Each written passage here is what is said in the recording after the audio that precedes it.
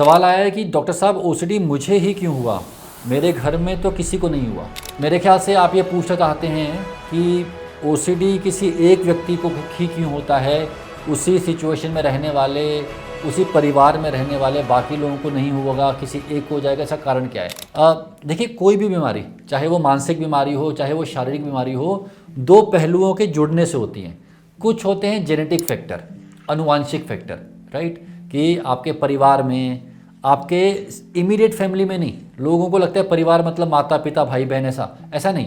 परिवार पीछे तक जाता है, सेकेंड जनरेशन, थर्ड जनरेशन, हो सकता है वहाँ पे किसी को ओसीडी रहा हो, तो वो जेनेटिक फैक्टर हो गया।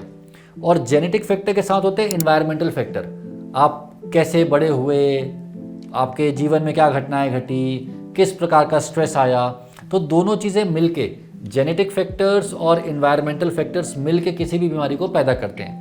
तो आप कह रहे हैं कि आपके परिवार में किसी को नहीं हुआ, मतलब कि आपकी इमीडिएट फैमिली में शायद आप नहीं जानते किसी को हुआ है, पेरेंट्स में या फिर सिबलिंग्स में, शायद परिवार में पीछे कहीं पे हो, शायद दादा में हो, परदादा में हो, उसके पीछे कहीं पे हो, कहीं से तो जीन आया होगा।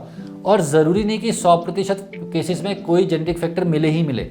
ऐसे बहुत सारे पेशेंट्स होते हैं जिनमें दूर दूर तक किसी को ओसीडी नहीं होता, बट उनको हो जाता है, क्योंकि एनवायरनमेंट भी उतना इन्वॉल्वमेंट इंपॉर्टेंट है।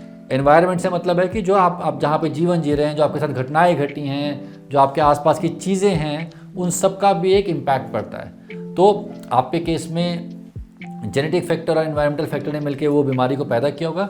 लेकिन देखिए, ये बड़ा दुखी करने वाला विचार है कि मेरे साथ ही क्यों हुआ, क्योंकि इसका कोई जवाब नहीं है, इसको आप चेंज नहीं कर सकते।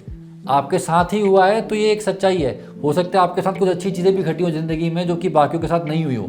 ये तो एक इंसान की फितरत है, इंसान के सोचने का तरीका है कि जो मेरे साथ अच्छा हुआ वो तो हम भूल जाते हैं, जो मेरे साथ ख़राब हुआ उसको हम लेके बैठ जाते हैं कि मेरे साथ ही क्यों हुआ।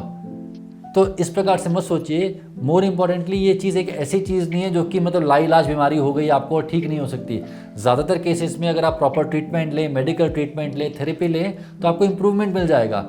रादर देन थिंकिंग कि मेरे साथ क्यों हुआ, ये सोचिए कि मैं अब क्या कर सकता हूँ या मैं अब क्या कर सकती हूँ। वो आपको सोल्यूशन की तरफ लेके जाएगा, वो आपके दिल को गिराएगा नहीं, आपकी हिम्मत को तोड़ेगा नहीं, आपकी हिम्मत को बढ़ाएगा।